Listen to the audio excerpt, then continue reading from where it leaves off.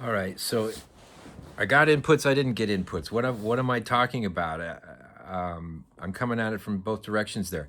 So the inputs I don't want, for clarity's sake, because there wasn't much clarity from that guy.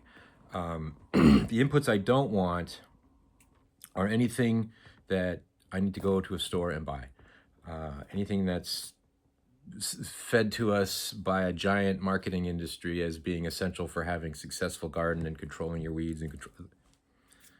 Gardening is not about controlling the way I'm trying to get at this here. It's about assisting.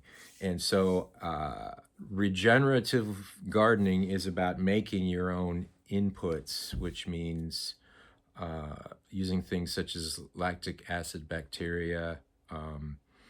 I use a lot of compost tea. I have one bubbling all the time. So I have a compost pile. Everything that I trim out of the yard gets recycled back into the yard.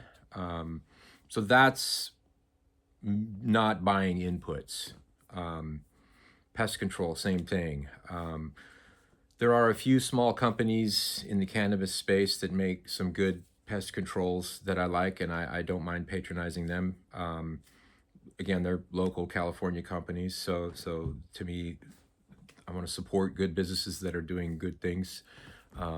So there are some products that I will acquire in that space, that I don't consider as part of the petroleum paradigm. So that's the inputs I'm talking about when I say I'm not getting inputs. When I say I put inputs into the yard,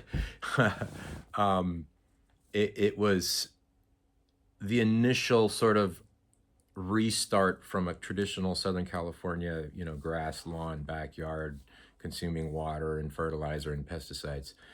We're getting away from that and trying to build soil health, and the best way to do that is to put a lot of natural organic matter in the system quickly, which is what I did by bringing the mulch and the soil in the quantities that I did.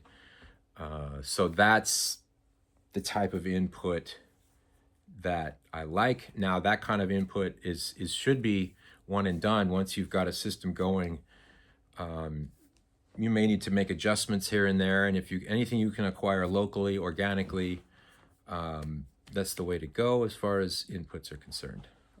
That I actually will use as good inputs to get the whole thing started. Once we're done and the system is established, it should generate its own inputs regeneratively. That's what this is all about. So an opportunity here for clarity and to make a point about what regenerative gardening is. So thanks.